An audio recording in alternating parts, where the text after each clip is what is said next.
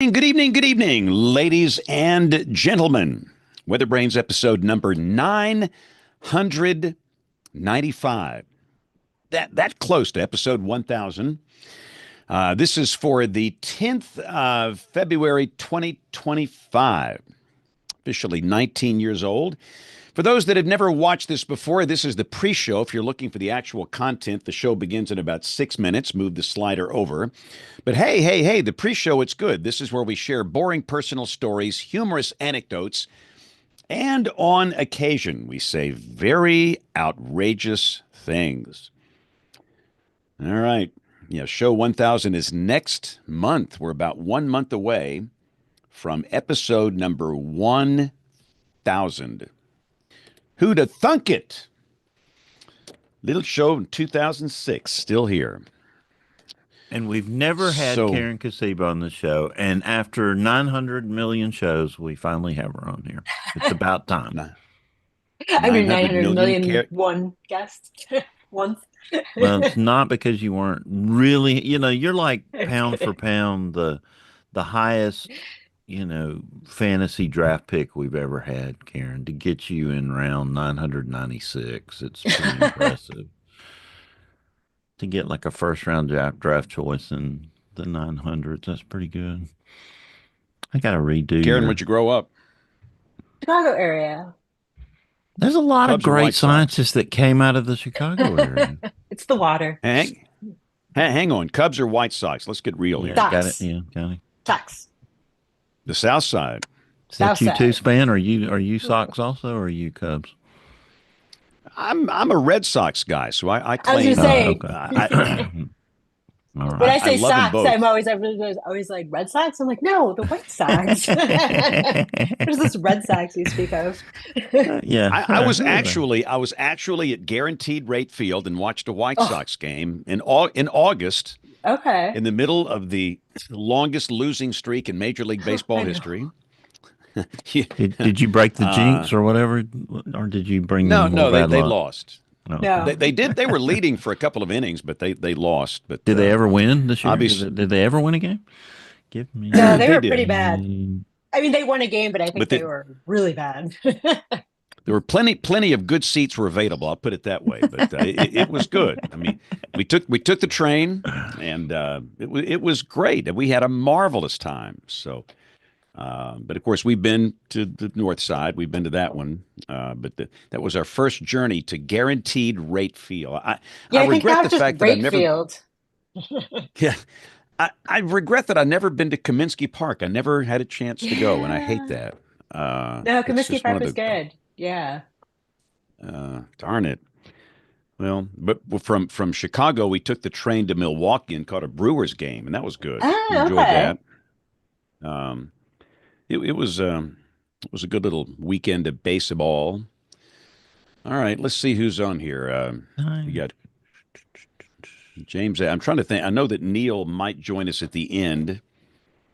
There's been a few things happening in Neil's life in the last.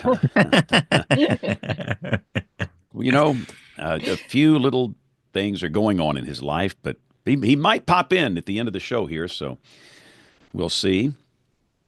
I know that Rick Smith could not make it tonight. I think they've got some incoming snow, James. You're not getting any snow there, are you?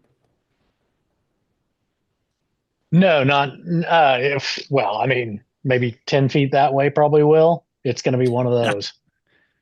Okay. So, now, we have never seen you in this setting, so we're trying to figure out. Yeah, this is a new what's going on here. This is our little weather office setting. There's the MVP right there, the Keurig, that just chugs and chugs and chugs, and it's the greatest. We have a fridge over there too, which may blow up. I don't know. In the adjacent closet, it's nice and roomy, like the one James is in. I work in the broom closet here, but most weather people have a nice little retreat like that. So.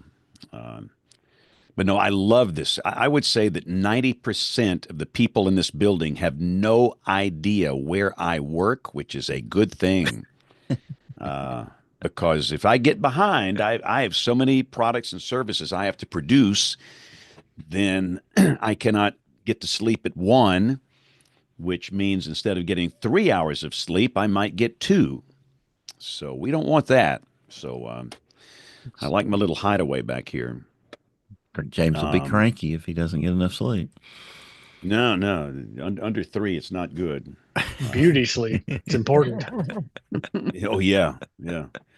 Healthy hair too. I did a talk on Saturday for the first time ever, and I cannot stand talking about myself. I don't like that. It goes against this is everything at I WeatherFest? teach. Yes, but I did a day in the life, and Well, that's not about you. That's about the myth and the legend. well, I sprinkled in a lot of forecasting techniques and communication techniques and things that I think are important. So, in fact, that's going to be my pick of the week. Somebody actually recorded it. Oh, good. So, I hate I missed it. That's so great. That's great. Yeah. Did you get the but I'm video? going to do a variation of that talk at Valparaiso. Let me see when that is. They do what is it? The Great Lakes Weather Conference. Pretty far north for you. Yeah, it is. Hey, man. Yeah, you're in my Hey, area. man, I get around. The Valpo conference is the 22nd of March, and I'll do a variation of nothing could go wrong there. Yeah. And every year I typically I do 1 or 2 college talks every spring, and I tell wherever I go, I tell them there is great danger in something happening. In fact, I was scheduled to be.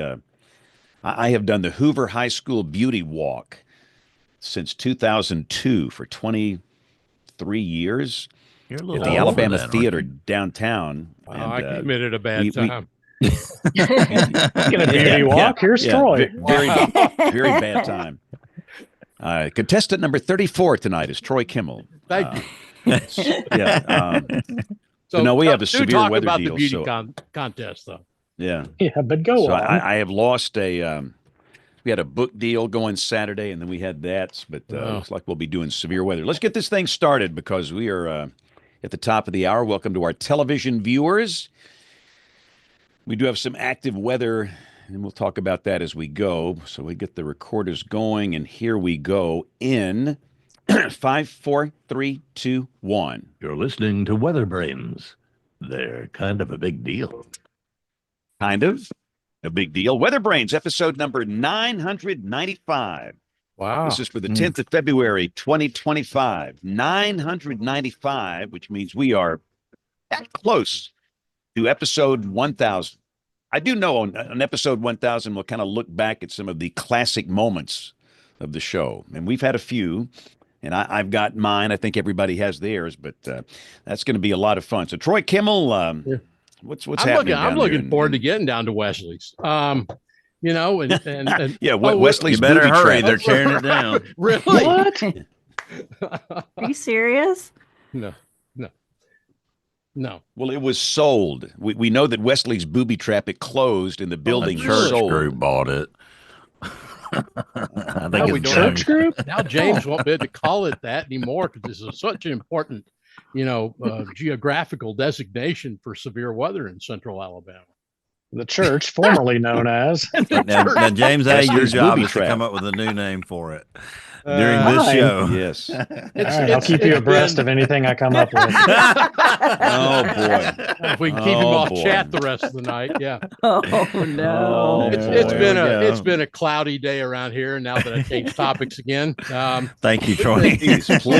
we've been in the 40s. We got a warm front due, I think, Whoa. maybe tomorrow, and then a cold front due. I've lost track of the fronts, James. Yeah. I'm serious. You Around need here a in the traffic Central cop Plains, around there. over the next 7 days, I've just lost track of them all. And so we've got a couple of cold patches in there for the next 7 days. But today it remained in the 40s. It was cloudy, drizzly, foggy, and I happen to like it. We have a very active pattern coming up. We're Yeah. going to have it's a smorgasbord down here in our latitude. We're going to deal with heavy rain, flooding, and a couple of severe thunderstorm opportunities. And up north, Jen, what's the snow situation there? It's weird up here. Snow, and then we've got rain, and then freezing rain, and then we're back to snow, and then it's rain again. It's all over. We really don't get in my area the very, very cold air until maybe the weekend or latter half of the weekend, early next week. So it's kind of, we're all over the place. We're kind of flip flopping around with the precip, and it's a pain, that's for sure, to try to forecast. But yeah, it's very active, with these storms coming on through. Yeah, it takes a while to describe everything that's going to happen over the next 7 days for any one given spot, basically in most of the contiguous United States. It's not a 30-second deal here. So, No. but we certainly have an interesting pattern setting up here. James, a lot. So for those that are watching, you described it earlier, but you are in your weather office this evening, not the studio. That's a new setting for you. Yeah, I'm keeping my Keurig company.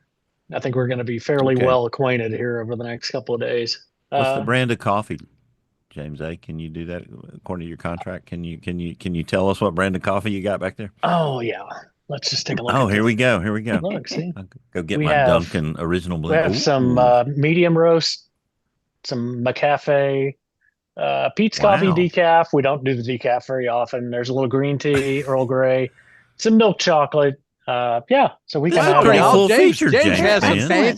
fancy coffee over there in the office. And a good supply of it too, Troy. Their budget. I need fancy caffeine. Awesome. Wow. Well, before this show totally goes down the tubes, Bill, let's bring in our guest before she hangs up and runs. I'm trying already.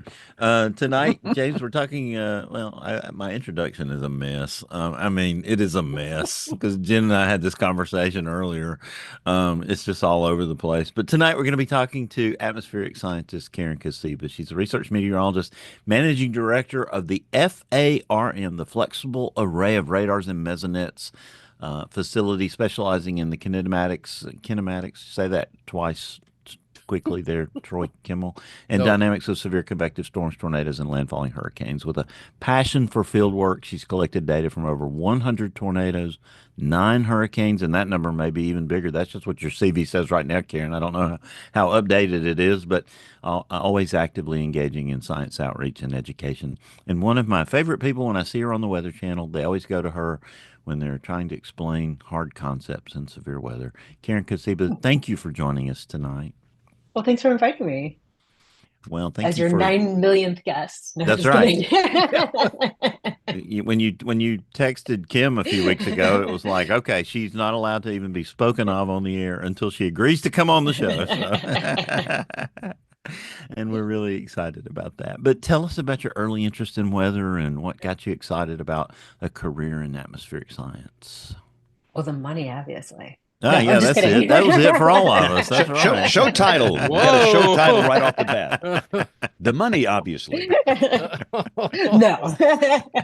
I don't know. I actually started out in physics. I didn't start out in weather. So I sort of was fascinated by just everything around me and didn't really know what I wanted to study. So I kept going to school for physics. And eventually I got my master's in physics, but I work with somebody who's doing laboratory modeling of tornadoes. So one of the few laboratory models still in existence. And gosh, I realized how little we know a lot about tornadoes, but I also realized how little we still were trying to learn about tornadoes. And I was like, oh, cool.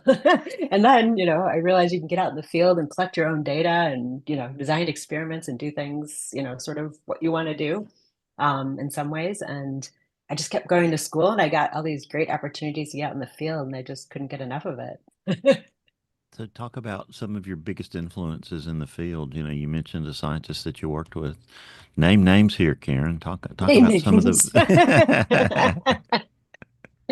Well, actually, I've been pretty lucky to work with, I think, really great people. So the original person I worked with getting my master's degree was Chris Church, which again, he was doing some of the original modeling of tornadoes in laboratories with John Snow. So these are really old names, probably, if people remember these names. And then I went and got my PhD with Jeff Trapp, and he was great. He sort of let me run free reins. He didn't rein me in too much, which was kind of nice. I mean, at a certain point, he's like, you really got to graduate here at some point. He's like, there's only so much I can do for you here. Yeah, why? But when I started working with Jeff, I wanted to get out in the field. And this was back in 2000, 3 or 4, and he was at Purdue. He had come from NCAR in Oklahoma, and he's like, "Oh, I know, a couple people. He's like, I can get you out, in the field to do field research, and collect data on tornadoes." I'm like, "All right, cool." So I always joke. I ended up working with Josh Werman. I'm always like, "Well, somebody took me." Howie said, "No, I guess no." So I'm like, I always joke with Josh. I'm like, "What are you getting? Just the rejects from Howie?" No, but so I ended up working with Josh Werman, and 2004 was my first time out in the field, and I came out pretty late in the tornado season. So it was a lot of drive, drive, drive, drive, drive, drive, drive, drive. Well, it always is a lot of drive, drive, drive, but no tornadoes was the key there. But after that, the hurricane season came, and I really knew nothing about hurricanes. I mean, I literally was coming from a completely physics background. And not really, this was like my first year in meteorology and, get my PhD, but like I said, it was all physics before that, pretty much. So I'm like, we're looking for people to go do hurricanes. And I'm like, cool. I'm like, I'll go do a hurricane. I don't really know what that means for collecting data. Turns out I was absolutely miserable. I was like, okay, I don't know if I'm gonna do this again.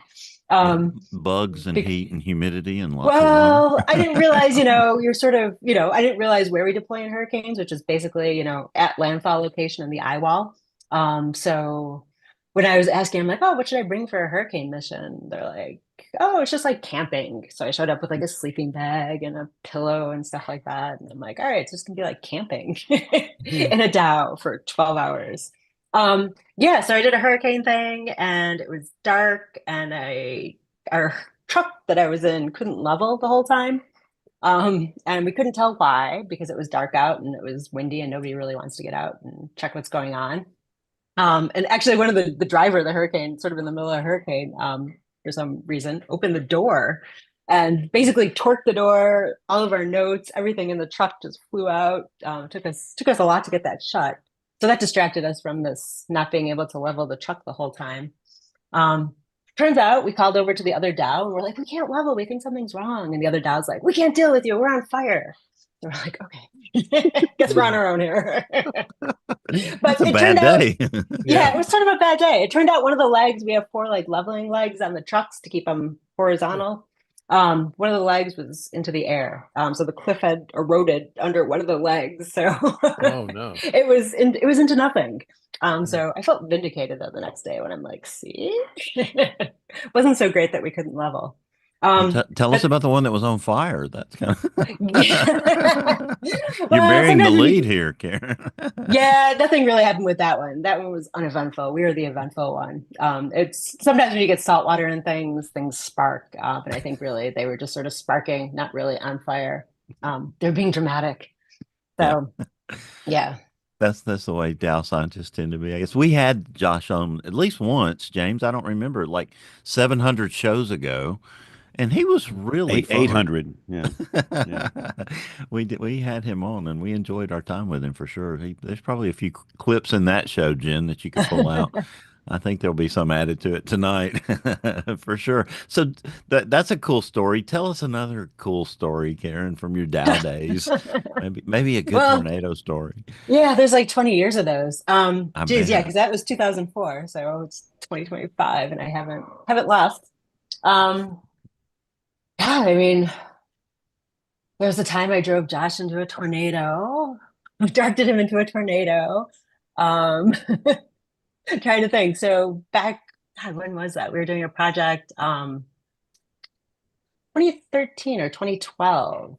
So we do a lot of these low-level wind projects, which basically means that we're getting really close to the tornado. So we kind of want to get within 2 or 3 kilometers of the tornado to map out the low-level winds. This sort of goes back to my laboratory days, because really what we're interested in are these profiles of the winds very near the surface.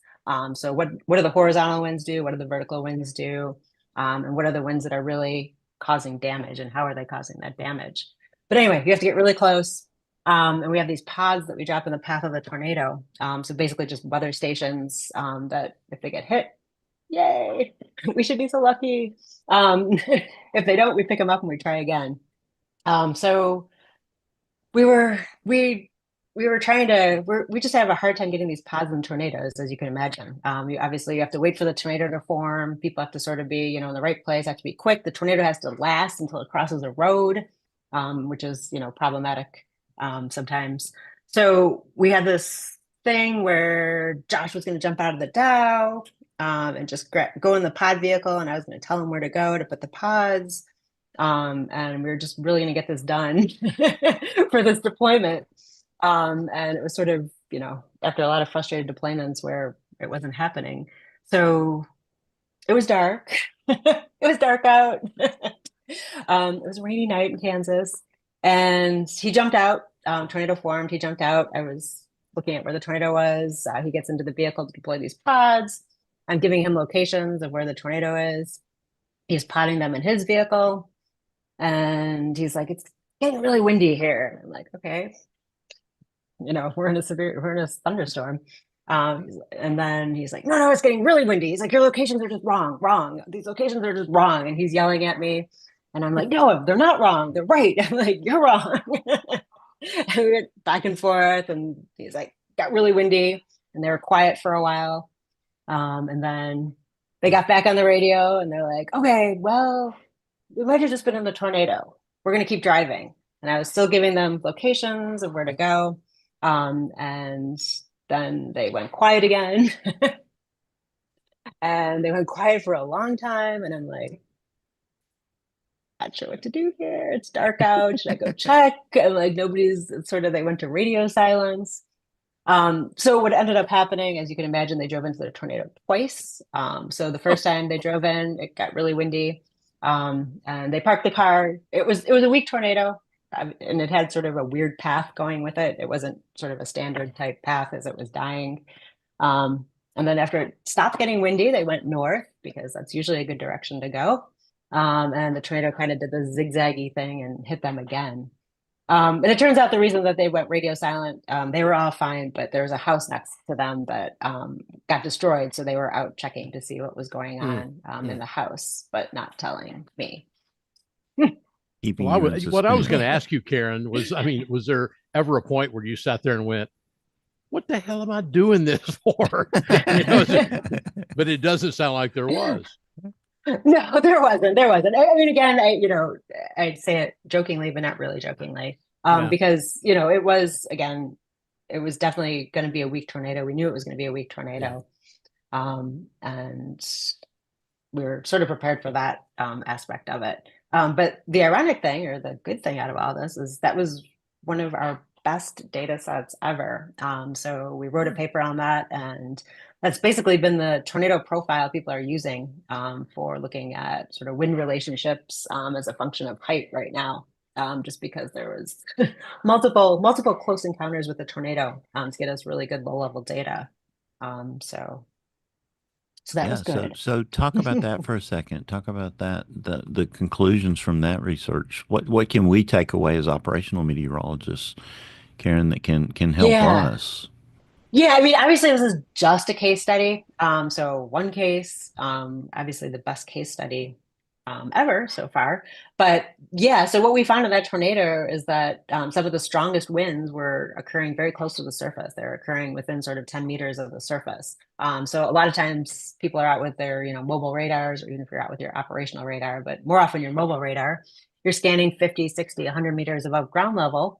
And you're thinking, the winds are probably less than that as you get closer to ground level. But what we found is that the winds were actually maximizing the nose in that wind profile was occurring, very near the surface, very within that 10 or so meters of the surface. So that was really surprising because a lot of sort of wind profiles have come from these laboratory models. They've come from numerical models, large eddy simulation models of tornadoes, which usually are non-dimensionalized. So you don't really get you don't really know how thick, for example, your boundary layer is, how, the depth of that. So you don't know exactly how to scale things to the real atmosphere. So that was really surprising to find that. We're trying to do more cases. We wrote a paper doing more cases because, again, that was one case, in Kansas. Obviously, surface roughness was pretty unrough. out there, but we're trying to look at more cases and see if in general that type of profile holds, or if there's something more that we could say about the winds closer to the surface. That's very cool. So talk about your other field research that are you still doing stuff with Josh at this point? Do y'all still get to do stuff together? Yes. Yeah. Yep. Is that Yeah. still part of the organization you're with now? Talk about that organization and talk about if obviously you're getting to do some stuff with him. Any big plans coming up? Yeah, we have a hail project coming up. So well, basically, as you know, Josh invented the Dows. So we have 5 radars right now, or 5 possible radars right now. So we have some X bands and we have some C bands and we have a rapid scan. And basically we operate those as part of the National Science Foundation. It's called the Community Instrument Facilities. So we use those for our own research. So we, request them for projects so we could take data in them. But other researchers also ask to use these radars to go out and do their research. So we serve a lot of different projects in addition to what we're out there doing. And one of the projects this spring is going to be a hail project called Ice Chip. So for 2 months, month and a half, mid-May to the end of June, we'll have our fleet of radars out there. There'll be people from other institutions out there. And basically like Vortex 2, but for hail. So we'll be surrounding hopefully hail producing supercells, or MCSs, and learning more about hail production, big hail production, and that type of stuff. Yeah, there really seems to be a lot of attention to that recently, doesn't there, about big hail? Yeah, I mean, hail is not my what I do major research on. Again, we're providing the radars mostly for this. Obviously, I know supercells. But yeah, and I think it's been a long time since there's been a hail project. It's actually been, decades, I think, since there's been a real concentrated effort out there studying hail. So this will be great. Updated equipment, updated instruments, updated models, updated thinking. So it'll be great to start revisiting a lot of this hail production, big hail production, and yeah, obviously damage to the structures and crops and stuff like that with some of this large hail and wind-driven hail. What does the acronym stand for? Because there have been some amazing acronyms. Somebody's very gifted at the acronym business here. Yeah, you should be in that business, James. No. I actually don't know, but there's a logo. Oh, that's right. Right behind the acronym is a good logo. Yeah, right behind the acronym is a good logo. Yeah, that's always a joke. Yeah, that people spend lots of weeks on acronyms and logos. So I don't know what ISHIP stands for, but I'll know it before the project starts. Maybe we can all just make something up. If we all submitted an idea for what it stands for, we could vote on it. Yeah, I'm so bad. I even like name projects too, and I'm like, I don't remember why I named it that, but it has a good name. Yeah, usually the only time I hear the word ice chips is after I've had surgery in James Fann's hospital. They're like, here, take these ice chips, Sledgehammer and ice chips. So field research is so important and so important for students, Karen. Talk about, why young people need to get involved in that process. If I'm telling the truth, I mean, I've always heard that. I assume that's a very important thing. I know Kim's mentioned it before. People say it's true. You would think.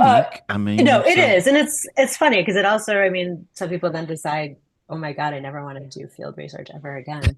I'll stick to numerical modeling. And other people obviously look at numerical models and be like, oh, I'll stick to field research. And then you get that intersection. Yeah, I mean, personally, I think field research is great. A lot of times, I know this sounds, you expect like these perfect data sets from these field projects to be collected.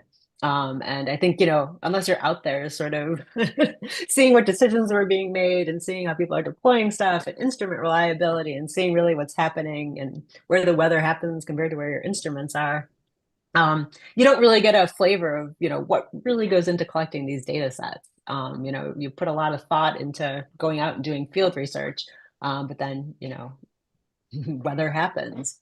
So, sometimes you're out there adapting to what's going on. And I think that gives people, greater appreciation one way or the other about, what's going into their models, or if they want to be out in the field doing research. Obviously, you get to see weather, so it takes you, out of the classroom, out of the laboratory, and actually, getting wet and being one with what's going on with the weather, and seeing what you see on the radar and looking outside and seeing what corresponds to what you're actually seeing on the radar or on a sounding or something like that. So did you get to be a part of the Storm Chasers show with Josh and Reed and all that? Were you part of that when they were doing that show? Because Yes, I that was the just you go back and look at that now. That really was a crazy show. yeah, so I was the girl they didn't like. Um, Show title, another show title. yeah, Wow. that was that.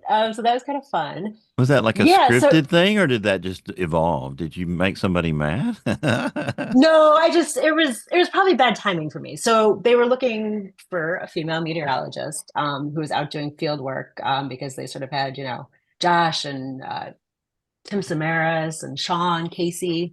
So they're like, who's actually a girl that comes out and does this stuff? And they're like, well, at that time, they're like, there's like 4 girls that go out and do this.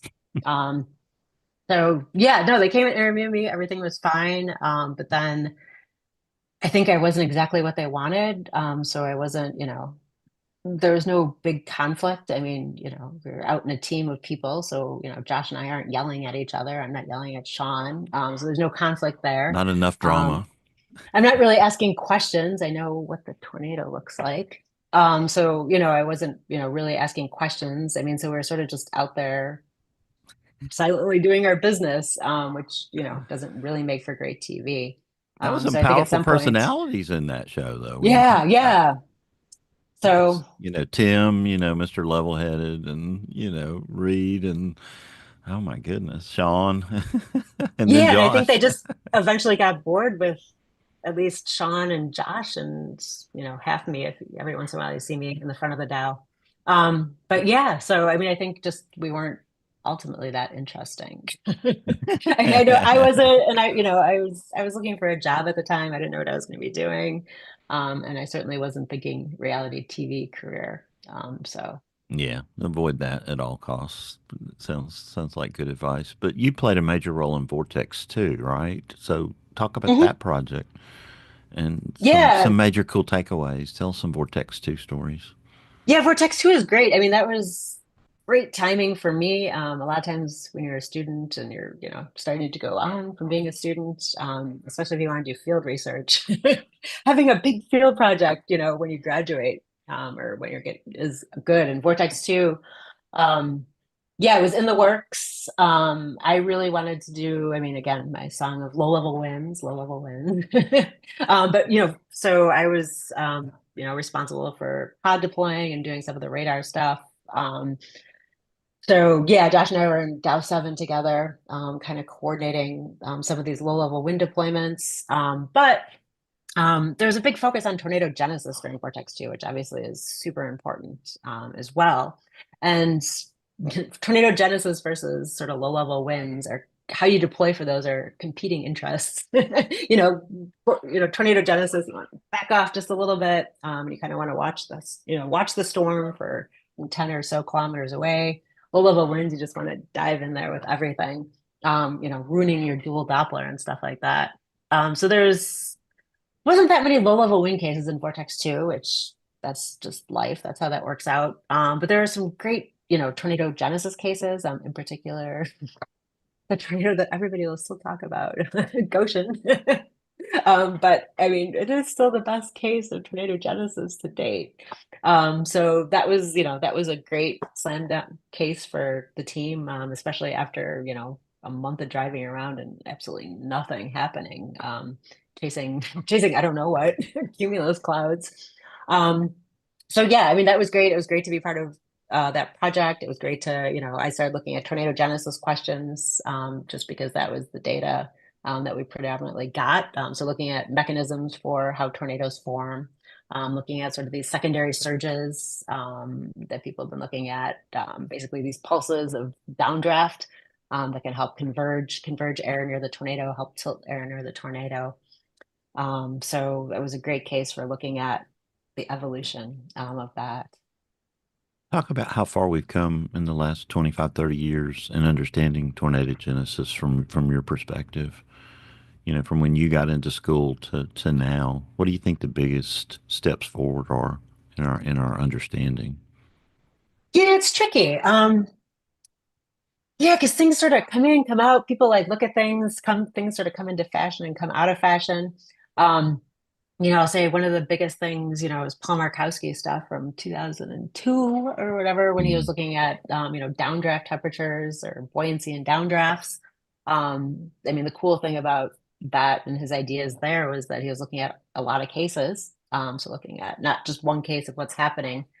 So looking at, sort of optimal properties for tornado genesis production.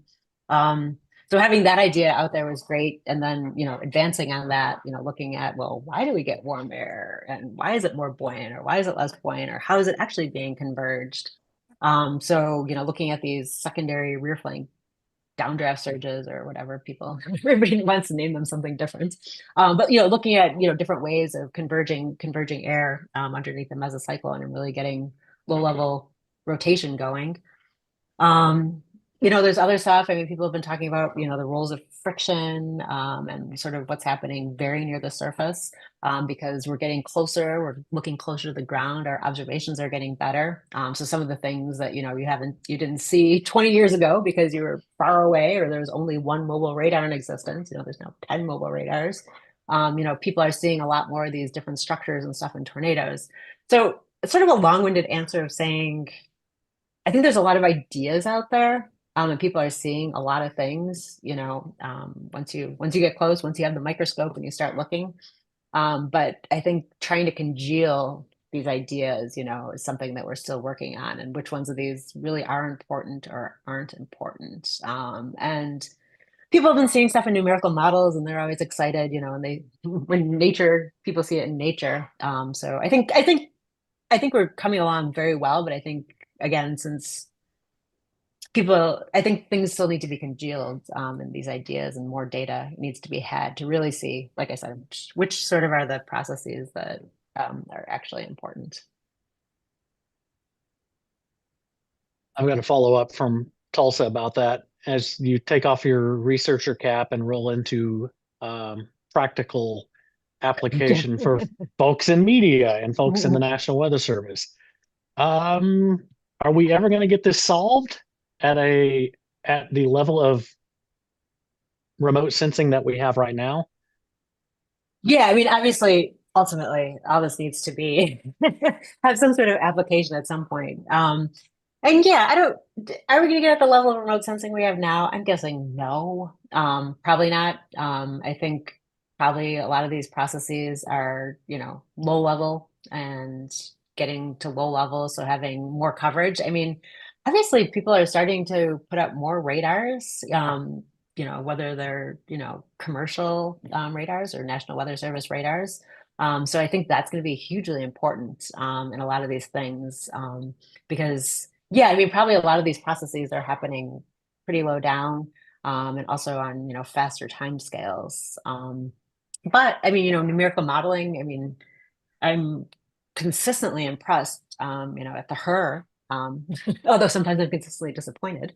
But it's the her, these, they've come a long way in the last 20 years. I mean, in terms of prediction, of where storms are going to be and timing of storms. So, I think the forecasting is coming along well. And I think the observations will come along well too. It's just pinpointing, exactly what those critical observations are and what's practical. But again, I think a lot of these private companies and in conjunction with the Weather Service, I think though, have shown that, more radars and more sampling obviously is, what we really need to predict what's going on.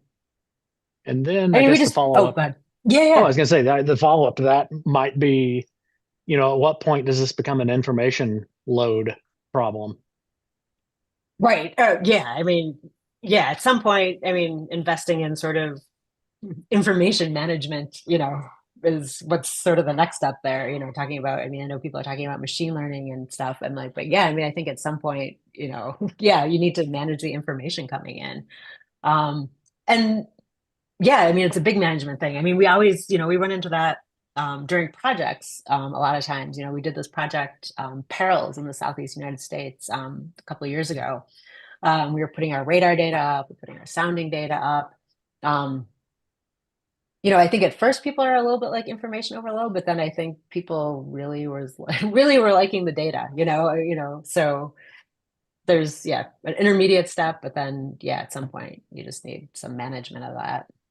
And I presume the users of that shed some other data that they considered not as useful in order to see some of that sounding and radar data. I mean, I guess that's just the natural course. That's probably true. And I mean, obviously for research projects too, I mean, the data is so irregular, so you can't count on it, as you can with operational data. And that's the great thing. One of the great things about operational data, it's, like clockwork, that it's coming in, what it looks like. That's really obviously a great tool then to have, as opposed to, oh, I might get this, I might get that. You need reliability. And Karen, what sort of misconceptions do you think some meteorologists and the general public have about tornadoes that you would like to dispel? Are there any, things that out there that you hear meteorologists saying that drive you crazy, or that you think we could be better at when we're communicating? Well, like any of us, just call us out. Yeah, exactly. Just call us out. Yeah. Are we trying to get this show over by 9? You know me, James A. I'm always trying to extend it. I'm trying to keep it till 10. So. I don't know. I mean, I'm sure there's examples. I'm not trying to. I mean, I think people are becoming more educated in weather. I think part of that's due to, on-air meteorologists, National Weather Service meteorologists. I think there's sort of a big push for weather education, which I think is great. And so I think, I mean, I feel like, people are, bringing up models. I mean, I don't know if, the general public is always like, oh yes, that is the ECMWF. And the bias in that model, I understand. No, I mean, so I mean, sometimes I'm looking, I'm like, oh, right, I don't know, they're showing some model. I don't really know if, and I mean, I think the uncertainty, I mean, it's always hard to, give people to understand uncertainty. And I think people try to explain that. And I think that's just the challenging thing to explain. And it also relates to people's experiences. And it's not just, a totally objective thing. I mean, it is objective, but I think it gets mixed in with the subjective. So yeah, I mean, I think uncertainty is probably a big thing. I think, really understanding what, models predict and what people are actually looking at to make a forecast. Probably the general public doesn't, know how long people are, spending looking and understanding biases and models, and this model didn't get this sounding this time, and oh my God, this one, we all know not to follow at this time. That there's a lot of interpretation that's going in when people are putting together forecasts.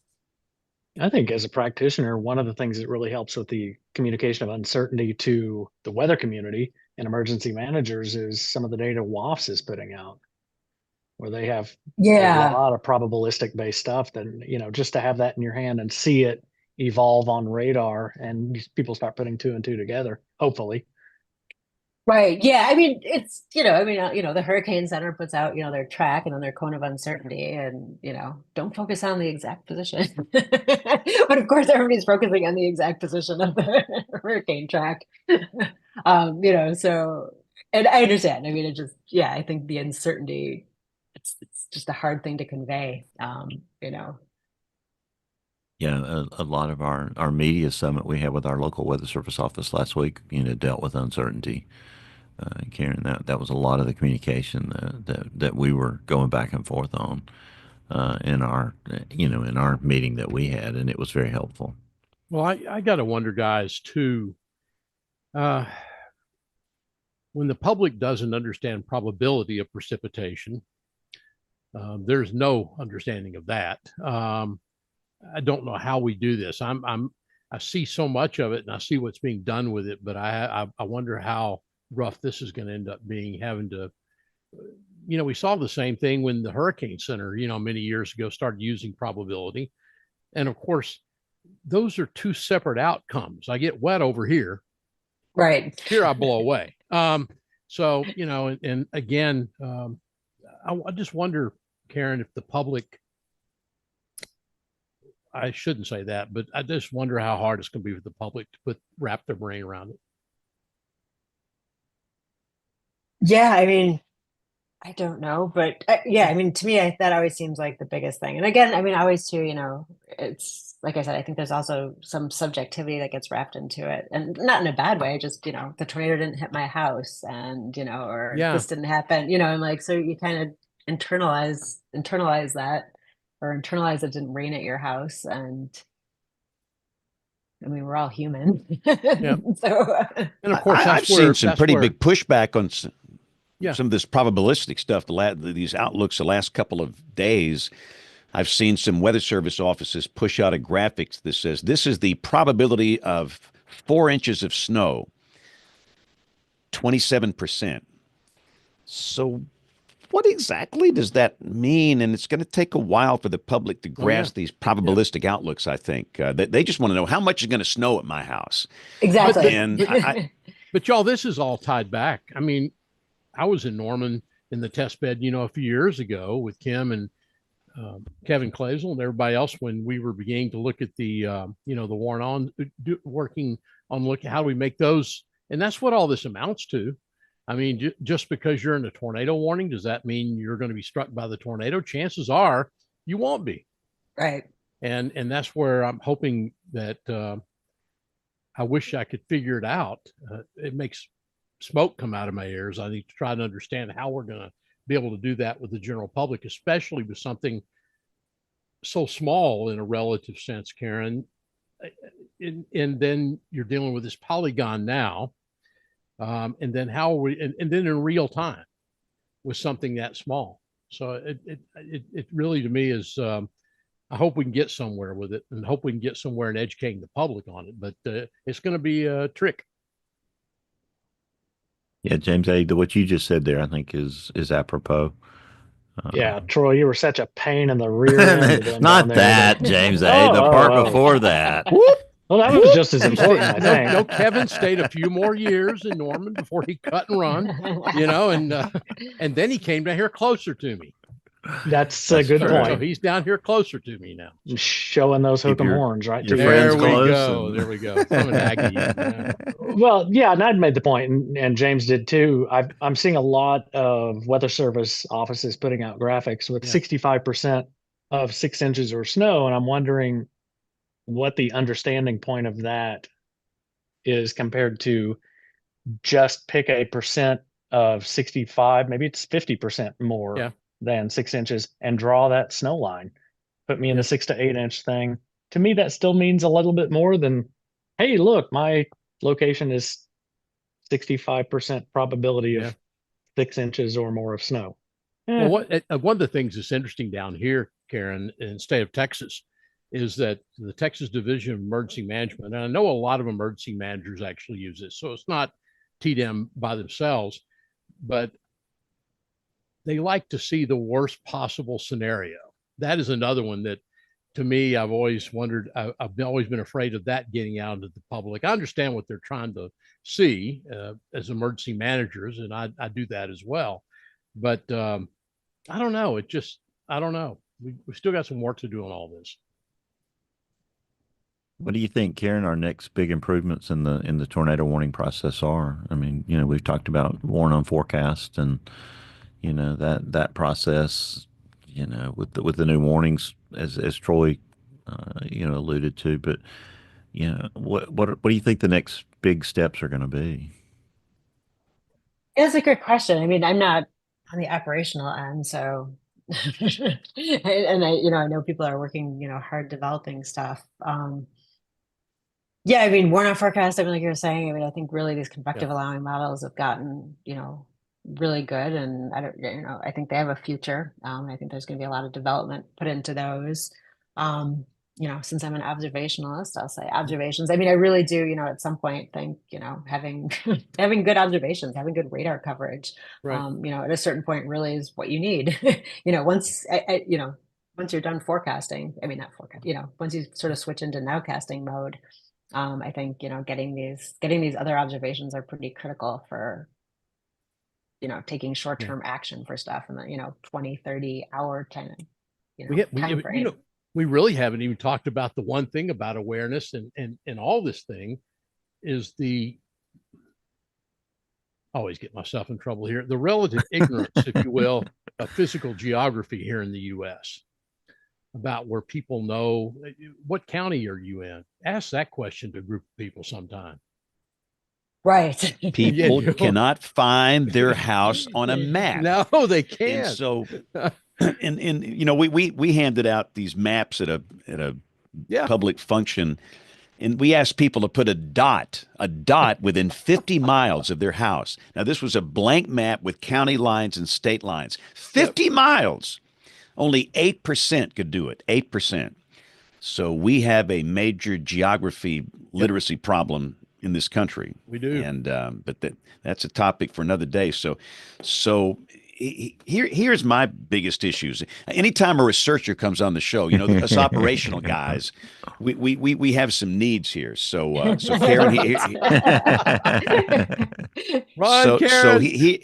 You better run while you can. So here's one big problem we have where I am. A lot of people live in manufactured housing, and a mobile home's a death trap during a tornado. And so we have to be better for them. We can't blame it on them. Mobile homes is a wonderful, affordable housing. It's life-changing. I've seen it change lives for the better. It's a great place to live, but it's like a car. You can't be in a car during a tornado. It's a death trap. And so is a mobile home. So the average lead time is about 12 to 15 minutes. And for many of these people in trailers, it takes them 30 minutes to get to either a shelter or a business that can serve as a shelter. So it's unrealistic to ask people that live in mobile homes to sit in a community tornado shelter for 6 hours during a watch. But at the same time, the warnings we have, it's not giving them enough time to get to a safe place. And accordingly, people are dying every year in trailers. So that's one of my needs from researchers is a better lead time. So how can you help us on a better lead time? Longer lead time. No pressure. Throw us a bone. Give us some hope. But we also, James, James, the longer lead times tend to grow thin on people. I mean, if they're sitting around waiting for their tornado, we know that if you run out long enough, people are going to lose interest. I don't think that may be not what I meant, but you know what I mean. Yeah. And this is a Kim question. If she was on the show, and this is when we typically give her a chance to respond in the social science world. But I just think there's got to be some unified product within the weather enterprise, within the weather service, broadcasters, YouTubers, all of us, where we're going to tell people in mobile homes, if you live here, now is the time to leave. And it can't be one guy saying one thing and she says another thing. It's got to be somewhat unified. So that's one of my biggest problems, Karen. And the other, Bill, have I got 20 hours here? Yes, you have all night. So, Karen, in my opinion, we have a false alarm ratio problem, FAR. What's your thoughts on that as a researcher? Do you think we have an FAR problem? Sure. I mean, you have it for a couple of reasons, but yes, I think we have a false alarm rate problem because it's better to overwarn than not warn. But I mean, I'm just saying also, I mean, the false alarm rate problem is at your actual house, that false alarm rate is pretty high, right? I mean, so not just, does it verify in the polygon, at your particular location, does it verify? So I think, people are looking at that, not that, a tornado happened within 15 miles of them. They're looking at what happened at, their location. Yeah, I mean, I think it's tricky. So, I mean, there's some things, I mean, some tornadoes, as you know, are actually pretty well warned. Some supercell tornadoes are half-hour, 45-minute warning. And they're just, prolific tornado producers, or we just know enough about that. I'm thinking some famous ones, Moore 2013, so it had a long history. And it was happening during the daytime. I mean, obviously in the Southeast, there's, a whole other issue there is that, there's cool season. And I don't know if people love that word or not. There's, off hours, when people, aren't expecting tornadoes. So there's, sort of, not your 3 to 8 p.m. Type time. And like you said, there's a lot of people that are living in manufactured houses. So they need longer lead time if they're going to, get out of their house and get to the shelter. And, for the social scientists, what's the optimal placing, right, of shelters in these communities? If it takes half an hour to get to a shelter, is that optimally placed then for people? But with some of the southeast tornadoes too, and supercells obviously have this problem too, but when you're sort of in this, I'm using words that I know people are mixed mode, so other people are going to cringe when they hear that. But when you get, sort of these squall line segment pieces, supercells, and you get a lot of convection going on, there's really a predictability problem of, when and where a tornado is going to occur in that sort of, I'll say mess of convection. And that's challenging. I mean, there's a lot of the research suggests, again, that it's happening sort of at lower levels. Your 0.5 degree scan is what you want, but you really want, below that, watching it. So I think, observationally, you want some better radar observations in some places that have a lot of these low level processes, a lot of this terrain going on. You're just not going to capture what's important to give a longer lead time warning, I think. My desire is that the research community can give us additional information to keep people's finger off that warning button, off the stinking button, where you've got some WFOs where their FAR is 80%, 80. We're better than that. We are better than that. We are better than that. And a lot of people say, well, it doesn't matter. It doesn't matter. I say it does. You go to a Dollar General, a Walmart, where real people hang out, and ask them about it, and they'll tell you. I hear warnings all the time, and nothing ever happens. Nothing ever happens. It's a cry wolf problem that we've got to fix, and hopefully at some point with additional knowledge or data, radar coverage, whatever, we can get the stinking finger off the button and get that FAR down in the 20s and 30s where it needs to be. Yeah. I just think we're better than that. So I don't mean to be preachy here, but I think a lot of the, like I said, I think a lot of the processes and some of the, for prediction are happening at lower levels. So I think, obviously trying to figure out first of all what these important processes are, but then how, if you can map them to higher levels, if there's some signature in the higher levels that, people operationally get to make that decision. So I think there's, still a knowledge gap there. And that needs to be closed. I think, I said great things about these convective allowing models, and I really believe great things about them. But certainly there's instances of those where, they're not necessarily what the atmosphere is doing. And certainly there's been cases, I've been in Oklahoma where they've shut down the state, shut down things because, the HER and they're the environmental parameters. So I understand why they're doing it. And nothing doesn't verify. There's just a lot of thunderstorms and not a lot of non-tornadic thunderstorms or non-tornadic supercells. So obviously there's a knowledge gap there, too, that we need to figure out why we have, what looks like a favorable condition and enough that, people are wanting to pull the trigger to cancel school in the afternoon. That's a pretty big false alarm, right? Well, it's clearly A-Lot that did that. Apparently James shut the whole state down. Did you do that, James? Well, I think the lopsided loss to Texas probably had a little bit more to do with that. I've actually seen it in the Southeast too. So to be fair, when I was out for Perils, driving around, I've seen people, they're like, well, our school is canceled for the afternoon because, we're supposed to have severe weather. Obviously, those are big, high impact decisions that, people are making, and it's pretty noticeable. And there is. Well, I have one, Bill Murray. I got one more big question for Karen here. I'm sorry, I didn't mean to hog. I'll turn it back over to Bill in a second. The floor is yours. No. So I have a viewer that wants to know how chemtrails affect tornado genesis. That's easy. They Run, Karen, run.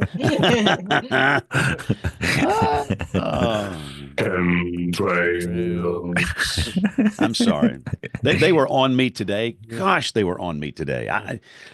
Apparently there was a cirrus cloud picture, something, and they're literally is a chemtrail action team. And if they find you posting a picture of cirrus clouds or contrails, they will come at you in mass. And they're not nice. They're very mean. So yeah, I'm sorry. I didn't.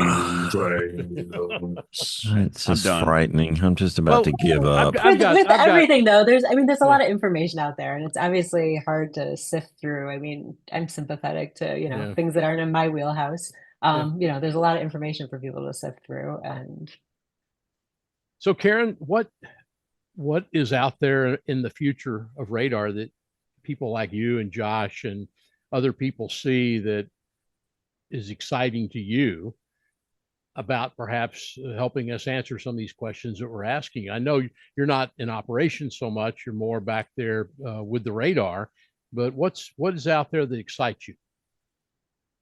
Yeah, it's funny. You go to like these radar conferences and everybody's, all about their phased array. Yeah. And everybody's like, I have a phased array. Which is exciting and great. I'm not, I'm like, there's a lot that could be accomplished with phased array radars. I mean, maybe you got this. I mean, I'm thinking, this isn't, and then we were like laughing because Josh was like, well, I just like parabolas. Parabolas are exciting. And I'm like, well, I just like networks. So I personally have been thinking, networks are sort of, the wave of the future. Not doing, going back. I mean, this is not a new idea. But going back to, having smaller, lower powered radars filling in a lot of different places. And again, you're starting to see that with some of these companies doing that. And I think that, again, augmenting this great S-band network that we have with, X bands or C bands, which are much, much cheaper and much, much smaller. Yep. Had the chance when I was in at AMS in New Orleans to visit some of the people with Climavision and some of the folks, the companies that are doing that. And they're helping to kind of fill the gap. So. Yeah, I mean, obviously having more operational radars would be fantastic. But I mean, at some level, you do need to fill in. And so I'm thinking networks of radars, and I think not only is that good for situational awareness, I mean, I would think at some point that data is useful for a lot of these models that are running at, at these types of scales, or getting even closer to these types of scales. James A., I think it's time to talk about the reason we really brought Karen here tonight. Uh-oh. Oh boy. Oh, look at the tension build. Oh boy. It's something I clearly could not type into the chat without a typo, but you're doing work with the team doing the enhancement of the enhanced, and I put Fujita scale, Yes. Fujita scale. Did you really? Did I miss that? Yes. Oh my goodness. Yes. That's pretty funny. I thought that was one of your puns. So what's coming with that? I know we talked a little bit when Jen was on about will radar be used to help grade tornado intensity in the future? Yeah, I mean, again, not really up to me. But yeah, so the enhanced Fujita scale is just one part of what's happening. And you should thank Jim Ledoux and Mark Levitan for spearheading this. But yeah, so I mean, what's happening is the American Society of Civil Engineers are putting together a standard, a wind standard with a lot of different chapters, with a lot of different methods to assess wind speeds in tornadoes and other windstorms. So there's multiple chapters, and there's multiple ways of doing it using different methods. And the idea, it's going through a lot of peer review. I think, this started, oh my God, 14 years ago, 15 years ago. Some people are retired, some people aren't even around anymore. So it's been a lot going into it, and the poor people doing the EF part of it. Oh my gosh, Tanya Brown. Oh. She has a lot of cats to herd. But anyway, so there's different chapters with different standards. So one of them is the EF scale, and they're going to be, modifying, adding DODs, modifying some of the stuff. I think keeping some of the numbers the same. But they just have a lot of stuff that they're revamping.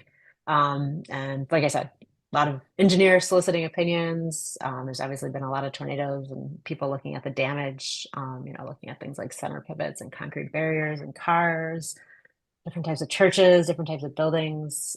So looking at that type of stuff and looking at the data. But the other chapters, there's a radar chapter, which is what I've been contributing to.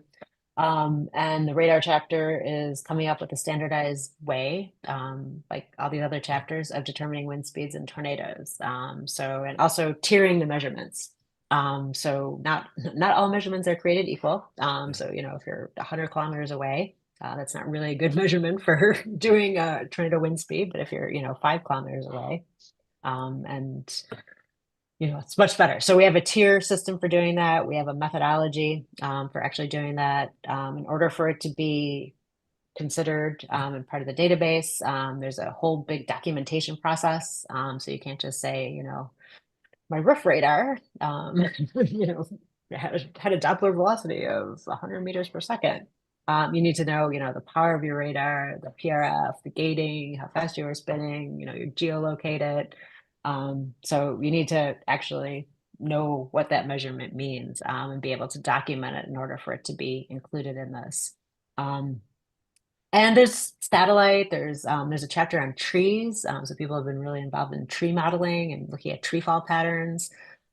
So those are just a lot of these different chapters. And again, these are supposed to be standards. So these are peer reviewed, based on research, based on expert solicitation, methods for determining wind speeds and tornadoes. And yes, you can have 3 different methods determining the wind speed in the tornado and get slightly different answers because, again, they're methods for doing that. There's been a few cases that we've been looking at. We've looked at Greenfield because we were there with our radar.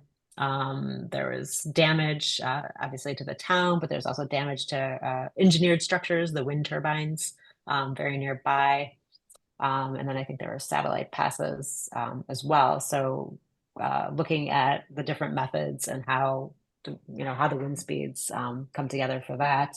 And there was a case a few years ago near Monroe, Louisiana, that passed very near their C-band radar, I believe, where we were able to compare methods. And no, they don't give you the exact same answer, but you shouldn't really expect them to do because there are different methods for doing wind speed determination.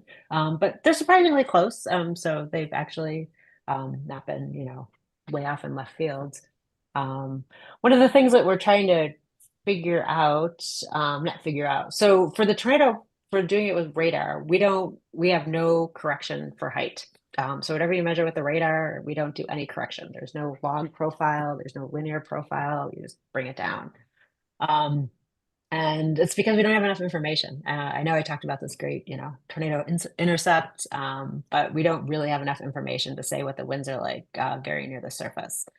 So I think we're still, looking at a lot of these cases. In this Greenfield case, we had winds that we determined were about 320 miles an hour. It got, an EF4 rating. A lot of things could be happening there. The wind speeds that we measured were over a very small distance and very short time period. Also, surface roughness. It's a town. It's not, open field that you're looking at. So there's different reasons that could have happened, but getting more cases like that obviously is pretty important. But to your question about whether it's going to be adapted, obviously it'd be great if it is. Like I said, it's peer reviewed. It's a American Society of Civil Engineering standard at some point. But the powers above have to decide if they want to adapt it or not. And Karen, something that's really important to us, you were the lead investigator, the chief scientist on the Perils program. Mhm. Talk about that because this is going to get James all excited, James Spann up there, because this is something we deal with, and it's deadly. And you were here in the Southeast and you were studying this problem. So talk about some of those findings that you saw in 2022, 2023. I know you were in the BAMS in October last year. A great article. Yeah, so I mean, research is ongoing, and actually, people are starting to publish. I've been seeing papers come out, which is going to be great. So as you know, in the Southeast, obviously, chasing there is quite tricky, and it's not Kansas. So doing a real chasing experiment there was sort of not going to be feasible for the number of instruments and stuff that we had going out there. Because it was a combination, it was, National Science Foundation funded, but also NOAA funded. So we had, lots and lots of different researchers out there, lots of different radars and other surface-based instruments. Um, so gosh, the year before, I spent about 2 months in the Southeast looking for radar sites. Driving around, trying to get radar sites. I have my map every time I open Google. I have all my Perils radar sites because there's not a lot of places you could operate, which is obviously we had a real problem in the middle of Mississippi. So things that would sort of move off from Louisiana, we couldn't get them again until they were sort of in eastern Mississippi or sort of western Alabama there. But what we tried to do is do a real coordinated data collection. And we had a bunch of C-band radars out there, which is great for MCS type stuff or squall line type stuff. As I'm sure everybody knows, X-bands attenuate, so they're great for some things, but they're not great for everything. So we were able to penetrate these storms. And basically what we do is we would go out. That was a really tricky one because we really had to forecast way in advance. I mean, we were making forecasts, 24 hours before where we'd actually set up an instrument network. And obviously anybody who's been up, chasing, oh my gosh, 24 hours to, set up in front of a tornado. But the idea and the problem obviously in the Southeast is that we didn't really know when the tornadoes were going to form. And, like the Rolling Fork Day, we were just slightly north of that. Could have easily, deployed there as well. But, there was a long area that was quite favorable for, possible tornadic producing storms.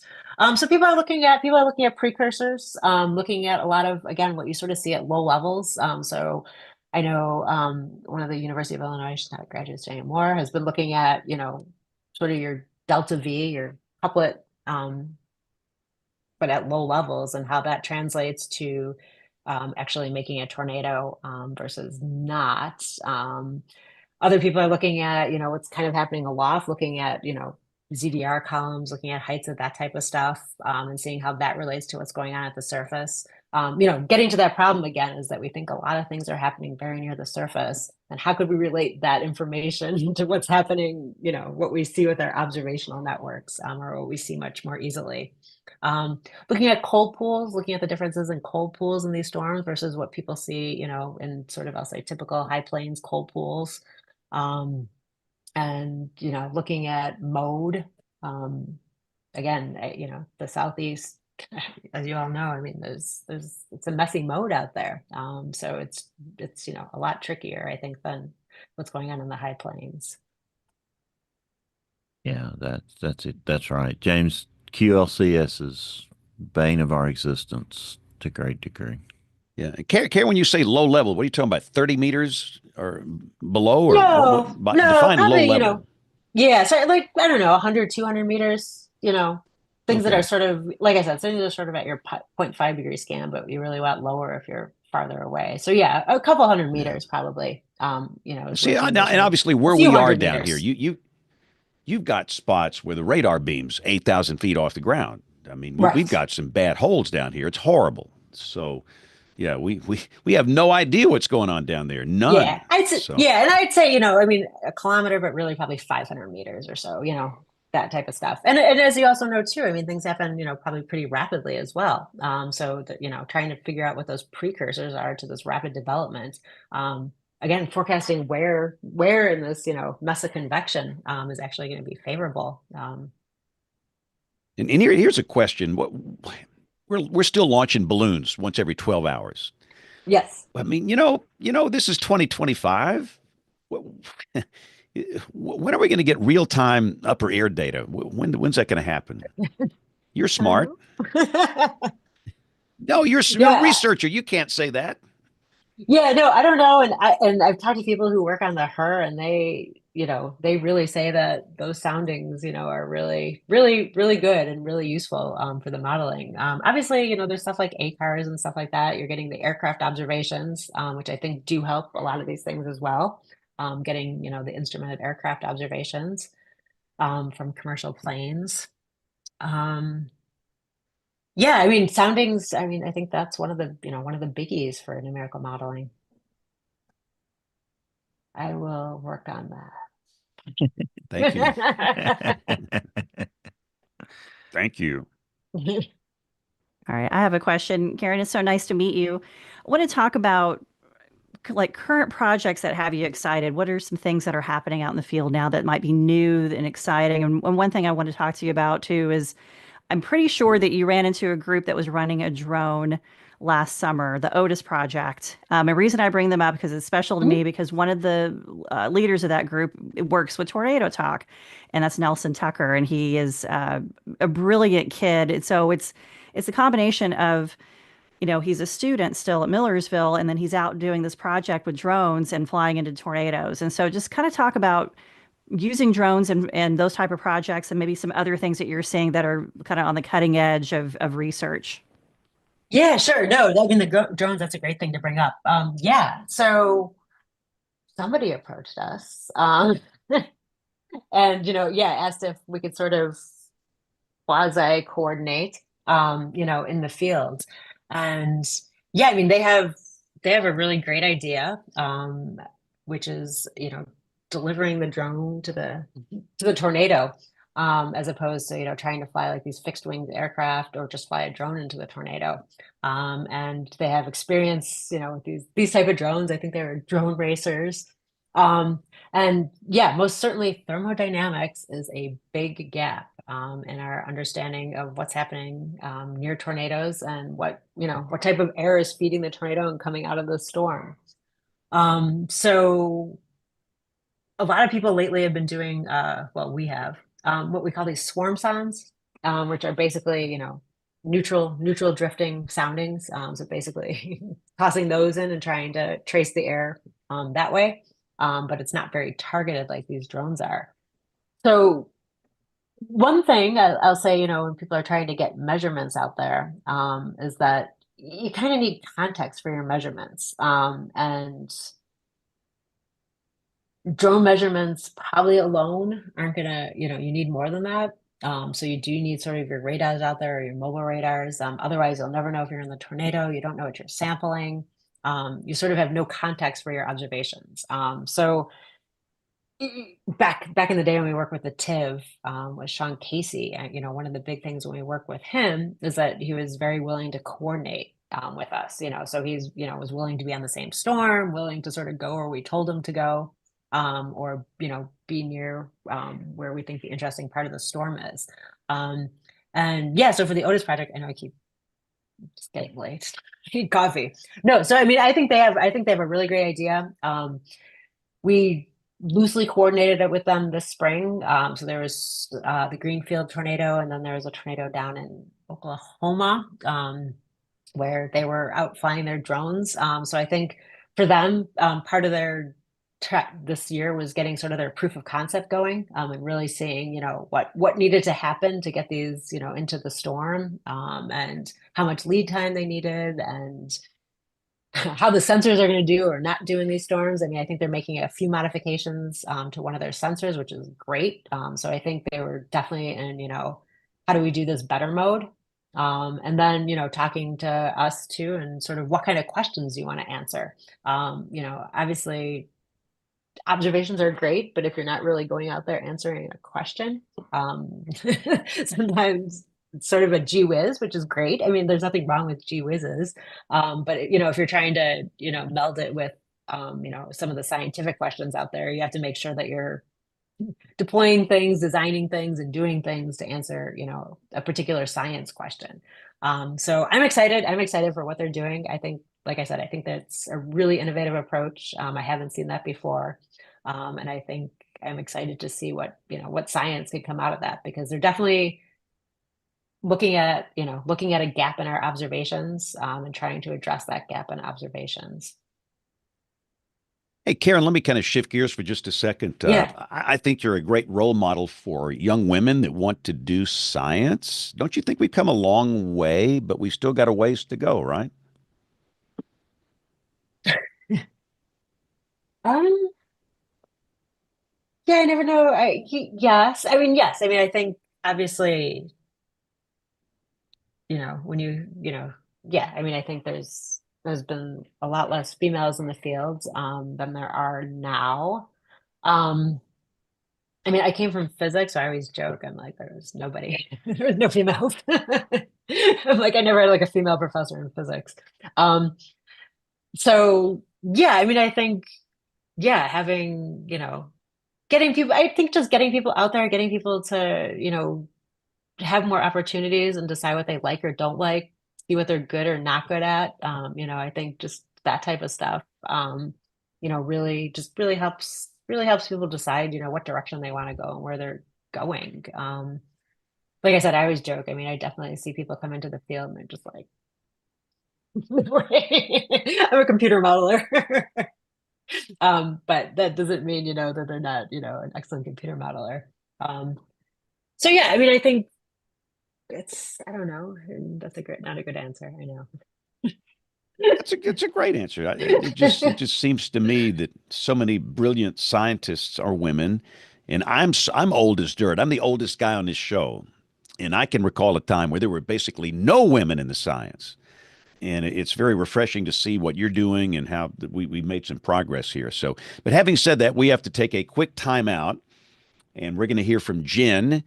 I didn't see a piece of audio from Tony this week, so we're going to hear from Jim this week in Tornado History. We'll come back and do an email.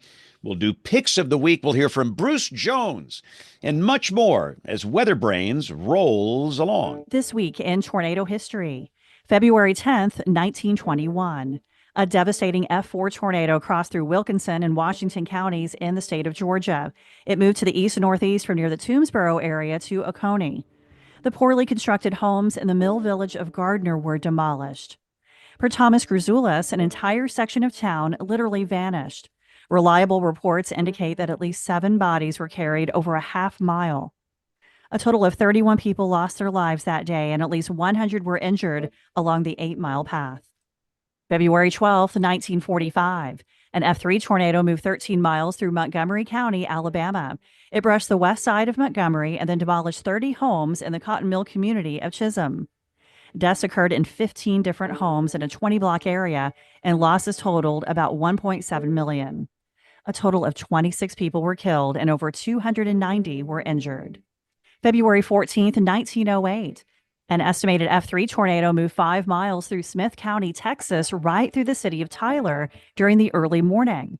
Approximately 14 homes were torn apart in the southwestern residential area of Tyler. 1 death and many injuries in a home occurred in this area. Across other portions of the town, 5 other small homes were destroyed, and 3 members of one family were killed in one of those houses. Clothes from that home were found 3 miles away. Read more about these events and hundreds more on our website, tornadotalk.com. Also learn about our new project to create a virtual tornado memorial. Hey, hey, hey. I would imagine we might have some email in the inbox this week.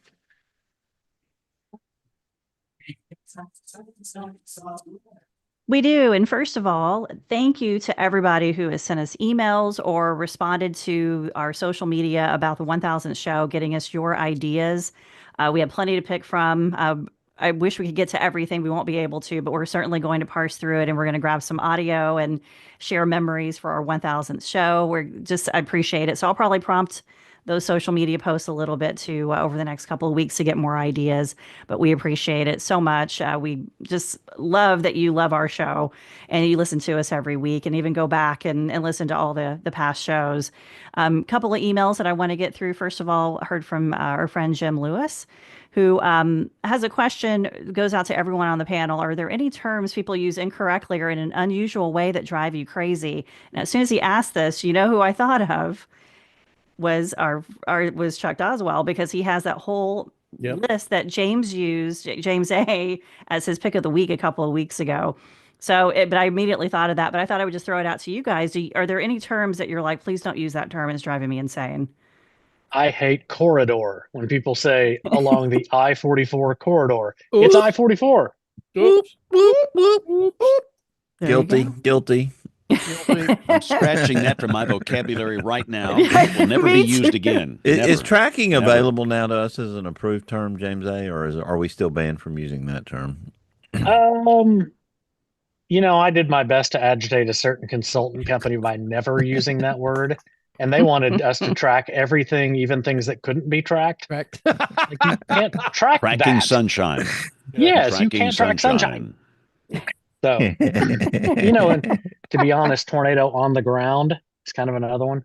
That's Oh, one. I Yeah. agree with that one. That's frozen bad. tundra. That's bad. Yeah. Bad. Yeah, or touchdown as well as it was another one. And tornado on the ground is one that we would use in our summaries, and we've stopped using it because it doesn't sound right. So we just say developed, formed. I don't know. We come up with something else other than I on don't the know. That ground. term used to scare me senseless when I was Yeah. 12 years old. There's got to Yeah. be something Tornado to on the that. Maybe. Well, I'll tell y'all what, and I've discussed this before, and I won't mention who it is, but it's a TV weather network that starts with the letter F. That I've never seen. They must have a destruction dictionary. Giant storm crashes into the West Coast. They have the most. It's fear-mongering words that they put in headlines on their air. There's not one day you can't turn up there and look at that monitor, and that's why I don't put them up there anymore, because I'm tired of seeing the word crash, crush, destroy. 18 million people will be affected by this storm and things like this. Get over that, people. Monster storm. Monster 87 storm. million Oh, in the past. second. Monster Yeah. storm. Yeah. Oh, Storm man. is pounding. It's pounding Alabama. Pounding. Yeah, pounding. I keep track of my words here. We all Oh, better my straighten up. goodness. Dr. Jacobs is Yeah, on here, wait a so let's minute. be Uh-oh. careful. The administrator's All here right. now. Nothing Oh, of value man. here to Clean be it up. subpoenaed. Hello. Clean it up, ladies and gentlemen. All right, let me promptly get through my last email here, but I do want to read this from our friend Steve, and he said, "I hope you'll read this on the air because it follows up on the discussion on the prevalence of PTSD. The problem affects more people than you might think. Maybe people will recognize themselves or others. Secondary PTSD or trauma can spread to family and friends of first responders, but also so much further: preachers, teachers, counselors, storm cashiers, hairstylists, bartenders, bank tellers, youth sports coaches, journalists, babysitters, anyone in a position to hear stories, lots of stories, or intense stories is at risk. It affects people on the front lines of a disaster and not always in professions we associate with drama and stress. Hospital janitors think cleaning up all that blood doesn't leave an effect. 911 dispatchers. One said about Joplin's tornado, quote, "The most disturbing calls were the ones that had only screaming and crying and then silence. I have been an EMT and a police officer, but I have never felt so helpless in my life." Public works crews drove snow plows to clear the streets right after the tornado, possibly ending the lives of severely injured survivors in the debris. The driver saw the horror at its worst before the first responders did. Health department employees handed out bottles of cold water to survivors in the following days. Such an act would only merit a smile and a thank you on a blue sky day, but the simplest kindnesses carry an outsized emotional impact when people are reeling from the worst days in their lives. The water might be the first thing that had gone right that day. These workers usually inspect restaurants and fill potholes. They're not ready for the overwhelming blowback of hugs and tears. They were offered counseling. A photo restoration volunteer reuniting a grieving mother with a picture of her son just lost in the tornado. Those helpers were offered counseling. There's help even decades after the triggering event, but the longer folks wait, the greater the challenge. 10 to 15 years later, disasters have receded enough in the community psyche that therapists may not think to ask if a new patient was in a well-known local disaster. A key piece of the puzzle that could help explain the person's current troubles. Worth asking about. Steve, thank you. That was a very, very good email and reflective of just things that maybe we aren't thinking about. So thank you. And it's everyone has gone through something. And when it comes to a disaster, we just don't know the impacts and how long it will last. It could be decades later. So we really, really appreciate it. I did read, Neil, you just asked if I read Jim Lewis's email. Was it the last part of it? Yeah, I've got an egg gun proposal for later. Okay. So, yes, now that Neil's here, I can read the other part of Jim Lewis's question.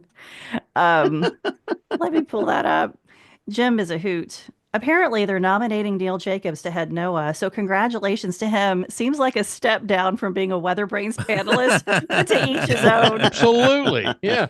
Exactly. I don't know how much influence the job entails, but let's see if he can earmark a few $1 million to study how strong winds need to be able to send an egg through a brick wall and to find out if not mowing your lawn can help prevent hurricane damage due to increased friction against the wind from taller grass. So there you go, Wow. Neil. Those are for you to figure out. Wow. Did you write that down, Neil? Yeah. So I just wanted to throw this out there. If someone can invent a device to launch an egg at a speed to penetrate a brick wall without damaging the egg during acceleration, I will personally invest in it. You don't need Hey, Karen, there's your new project right there. There you go. Yeah. I You got this, Karen? my kids have been asking me for this exact device for several years, and I've been stalling. I don't think I would give them that power. Hey, Jen, one Oh. thing that as you wrap up with email, just to remind people and with our email situation, when you drop us an email, folks, please put your full name at the bottom and your email address so we can see that when you send us that email at weatherbrains.com, because we just like to know who you are. Absolutely. Dr. Neil's going to fix that problem when he gets back in position. That's right. No, we appreciate that, and because sometimes we can't get all the email out, but we do want to try to reply to you and say hi to you. So we can't do that if you don't put your email and your name at the bottom. We appreciate it. Off to you, Bill. I just want to say thanks tonight to the folks at Barron who are bringing us all together on March the 17th in Huntsville. Most of us, James A. can't be there because of spring break, and I'm heartbroken about that. But a lot of us are going to get together in Huntsville on that night for Show 1000. And I want to thank Bob and Cherie Smiley and everyone at Barron, because they have really been extra generous to help us offset those travel costs. And it's not cheap to get everybody from all the far-flung corners of the WeatherBrains universe here. But Huntsville's a great location, and we're just going to pray for great weather, James Spann. That's right. Great weather that night. And we can only got to get you 90 miles is all we got to do. Where are you starting out that day, James? Where are your school visits that morning? I'm actually speaking that morning in Foley, Alabama, which is near the other end of the state, which is literally 10 miles away from the Gulf shores in Orange Beach. This was brilliant scheduling, wasn't it? from Foley I will be burning up the Highway of Doom, better known as I-65. So we hope we have no tornadoes, no floods, or no major highway incidents. And let me thank the TV station for giving me the day off so we could make this happen. So it's going to be a festive evening in Huntsville. Well, I'm really excited that several of us will get to be there. It's going to be a lot of fun. We're going to be putting in a lot of work over the next 4 to 5 weeks getting ready for that show. But one of the most important missions we have in weather safety is ensuring that everyone, regardless of their circumstances, has access to life-saving alerts. And one of our sponsors, Midland, has been at the forefront of making weather radios more accessible, particularly for underserved communities. And one great example of that, Bruce Jones, is your response to the needs of the hearing impaired community. We were at our Weather Service Media Summit last week, so this is unsolicited. You didn't even know I was going to talk about this tonight, but your company was instrumental in switching the strobe light color to white for better visibility, I learned. And can you share the story behind that decision and how Midland continues to innovate to reach more people with this life-saving product? Yeah, it was interesting. I started talking with some of the folks at National Weather Service, Huntsville and Birmingham, and Trevor Boucher, who was at the time working, I think, in Vegas for National Weather Service there. Started talking about this underserved community, the hearing impaired, the deaf and hard of hearing, and it was fascinating to me. And then in talking to Dr. Laura Myers there at the University of Alabama, She said, well, we've done a lot of research on this alerting for the deaf and hard of hearing community. And she said, I know you got a red strobe light that you guys sell, but were you aware that white actually attracts more attention than red? And white actually casts shadows on the walls, and so you can see it around corners. I was totally, I had never even thought of that. I don't think anybody in our product design group had ever thought that there was a better color for getting people's attention than red. Red means danger. So yeah, we changed the color of the strobe light to white, and we also made a very inexpensive pillow shaker. Because I got looking into the pillow shaker cost, and a lot of these shakers, they were over $100. And again, in talking with Dr. Myers, find out that there's a lot of hearing impaired, deaf, hard of hearing that are underemployed. They don't have the job that they could actually be holding down. Sometimes they're lucky to have a job. And so they're not as financially secure as a lot of other people.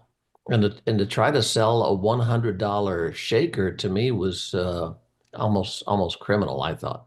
So I went down to our engineering guys downstairs. I said, hey, how difficult is it to make something that vibrates when you send some electricity into it? And they said it was very easy to do. So bottom line, we made a new white strobe, and we made a pillow shaker that actually sits up on top of the pillow and clips to the pillowcase. So it's really sitting right beside your head. And that's very affordable. We made it very affordable, and it's a great alerting device, and plugs into the back of any public alert certified weather radio. Well, that is outstanding, Bruce. And we're getting into the season here, and people, we had a deadly tornado last week in Tennessee. So it's getting to be that time of year. We're the ambassadors that have to be pushing this life-saving service and equipment out there. Talk about, have you gotten the Span 25 code up and running yet? You know what? The promotion, is it up there? Can James flash it on the screen yet? Or No, we need to don't fuss do at it yet. marketing. No, Okay. yeah, right. I'm at Colorado Emergency Management out here in Loveland today, so I was a little bit behind in getting that straightened out. We'll get it up. We'll be next looking week. for that shortly, but don't delay. Go and make sure your friends, families, neighbors, that may not have a weather radio have one. I'll tell you something interesting going on out here, Bill. Boulder County is going to do the partial county alerting, and I think it's in response to the Marshall fire. I'll be talking with them tomorrow. The conference starts tomorrow. But I think it was in response to the Marshall wildfire, which was, I think, about 3 years ago now. It's been about 3 years. And this partial county alerting, the SAME codes that we've used for the last 20 years in NOAA weather radios have all started with the digit 0, but you could put other digits in that first column and partition a county into smaller units. And that's what Boulder County is going to do. So this is kind of a breakthrough, really. The capability's always been there, but we're just now getting around to making it real and making it happen. And hopefully that'll be put into the software of all 122 WFOs. And they'll be able to partition counties based on whether the county emergency manager wants it done and whether the county needs to have it done. National Weather Service thinks in the end, maybe about 10 to 15% of all U.S. counties will opt for this partitioning. But in very, very large counties, it'll be helpful. In oddly shaped counties, it will be helpful. In some of the parishes of Louisiana, you'll be able to break down your zones for the storm surge zone and then the rest of the county that's not subject to storm surge. So it has a lot of practical uses. It's called Partial County Alerting, or PCA, and it's being rolled out this year and will be operational next. Well, be on the lookout for that. James Fan, we appreciate Midland and what they do, and especially for being a part of the show. And every home needs a weather radio. We're going to be hammering that home, and we're going to be asking you, those weather geeks that listen to this show, that understand that, to help us spread the word this season, because just got a funny feeling in my bones. It's going to be a rough ride come March, April around here. So, Bruce, as always, thank you so much. Dr. Jacobs, you got any news for us? What's happening in your world? Nothing, nothing that people haven't read.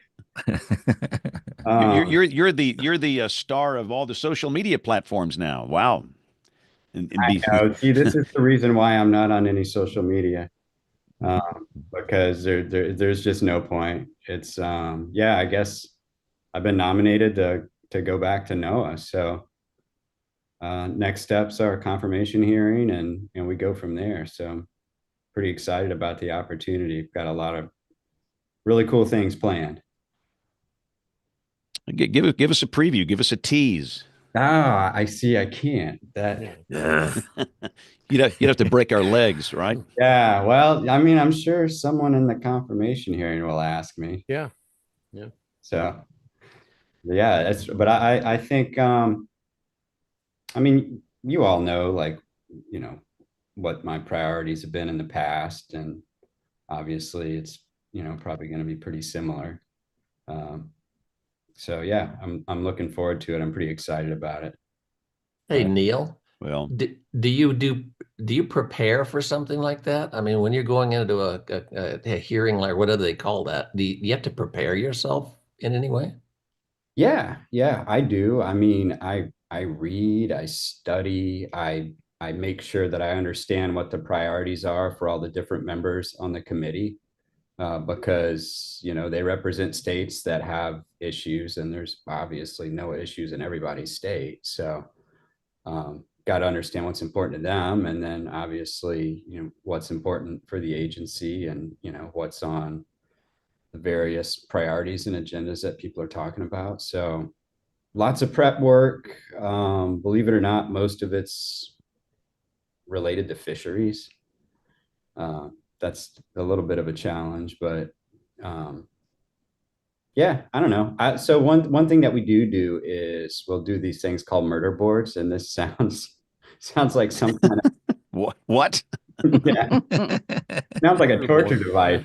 And it's kind of like a mock hearing where you just sit there and you just get drilled with people asking you questions, like all sorts of questions, and got to be able to think on your feet, understand it. And they're not just random questions. They try to, obviously anticipate the different questions people answer. Gotcha. And it's kind of training. I like doing it. It's I learn a lot. That's the important thing is the last time I did this job, I felt like I learned more in like 6 months than I did in my entire, I don't know, 18 years of college. So yeah, wow. It's a pretty cool experience, that's for sure. Have they said when the hearing is, Neil? Yeah, have they said when it is? No. I'm still waiting. All that stuff. You'll probably read about it in the press before I find out about it. So. Okay. Hey, Bill Murray, let's send Dr. Jacobs a WeatherBrains hoodie so he can wear that during the confirmation hearing. Yeah, they'll be like, "What is this show title thing?" That'll get him right to the top.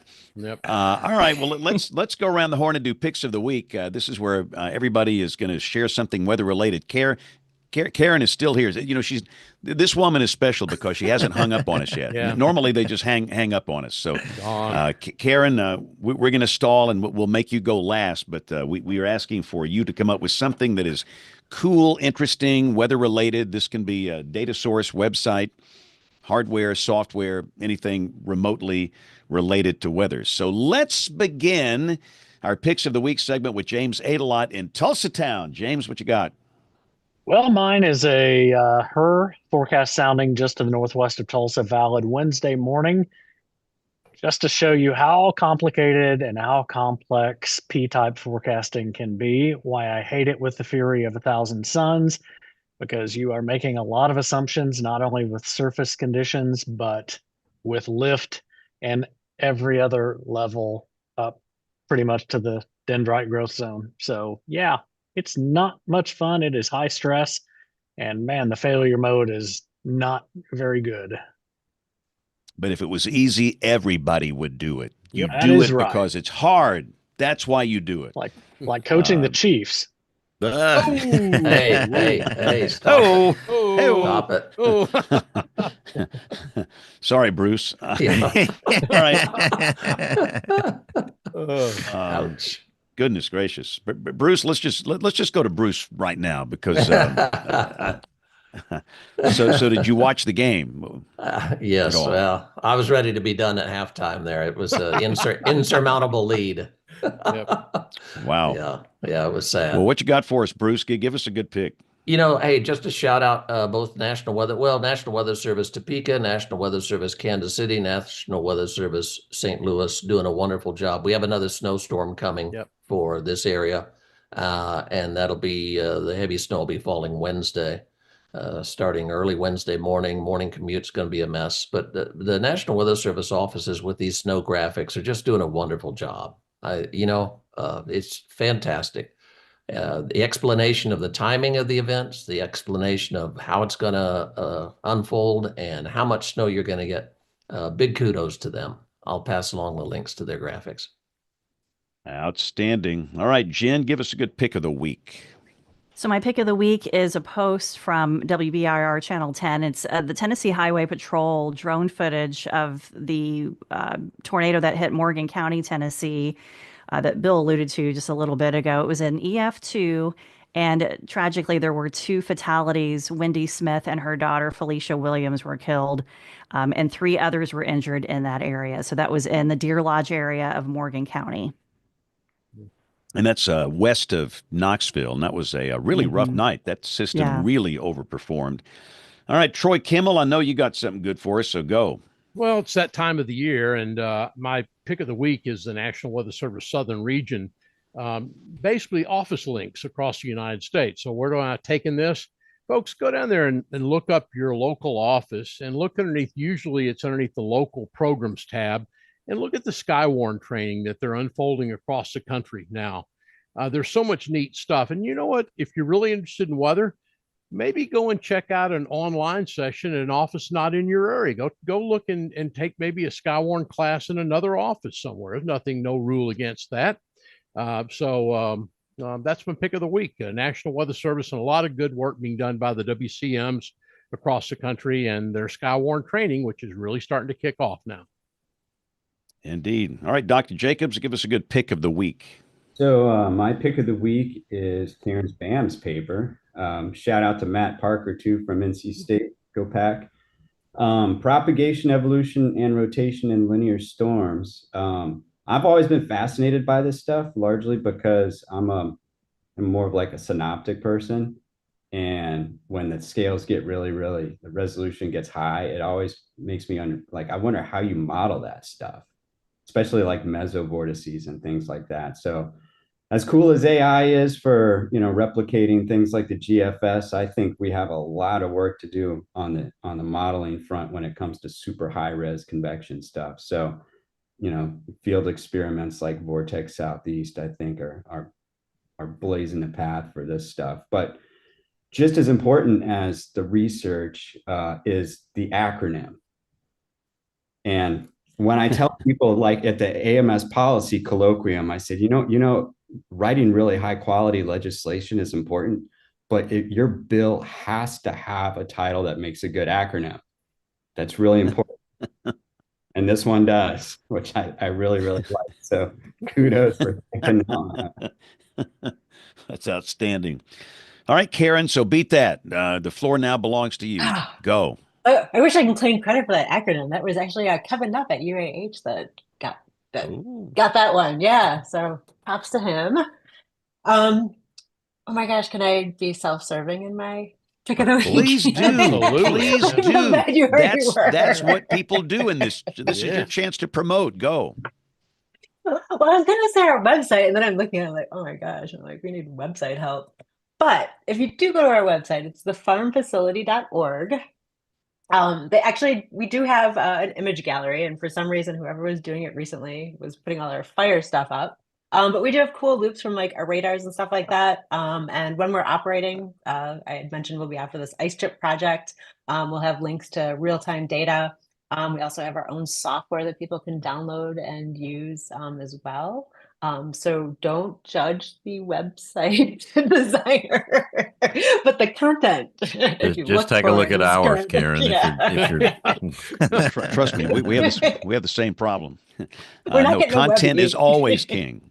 Yeah, but there's All some right. fun stuff on there if you're willing to dig. Awesome. All right, Bill Murray, go. Yeah, James, I got to take the foghorn just because Kim's Whoa, not here whoa, tonight to whoa, take the whoa. foghorn.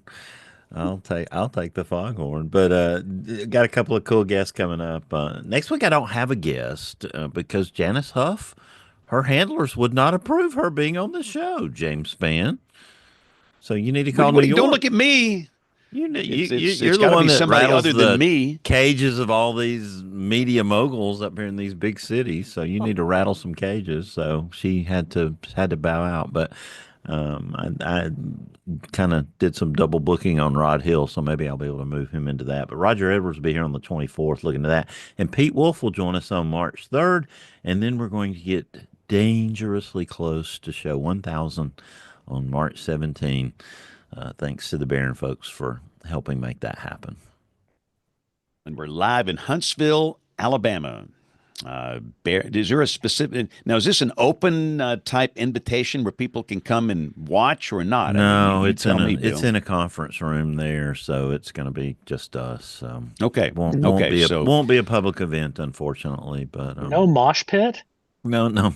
I just learned what a mosh pit was, James. It must be a high school kid thing. Troy, did they have mosh pits when you were in high school? I don't think that. Move on. That's kind of sus.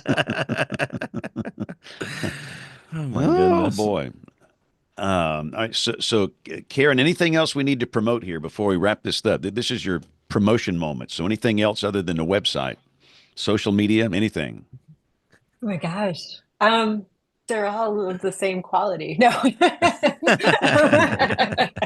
No, but we do have a at Dow facility Twitter handle and a Blue Sky and apparently a Facebook. So I'll say it, fluctuates how often things are posted on it, but there's stuff when we're doing Well, I field get the projects. idea. You're like Neil. You don't hang out on social media much, do you?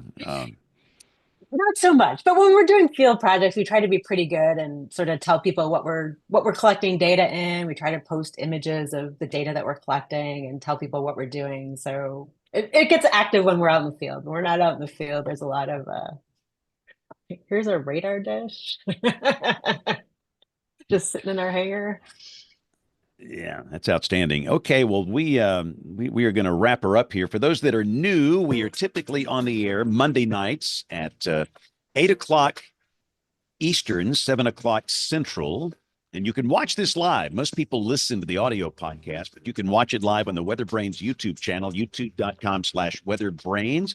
If you want to get in touch with us, ask any question, please send us a note. The address is email@weatherbrains.com. And please include your name and email address at the bottom of the note. On behalf of the entire WeatherBrains crew, I'm James Spann. Thanks for listening. Have a great weekend. God bless. Thank you, Karen. Thank you so much, Karen. Thanks, Yeah. Karen. Thank you. I appreciate the invitation. That was fun. Neil, we got your back. Neil, you remember we got your back. Yeah. We know. I know people up there. You have any problems up there? I know people. We got your back. You got it? I appreciate that. Good luck, Neil. All right.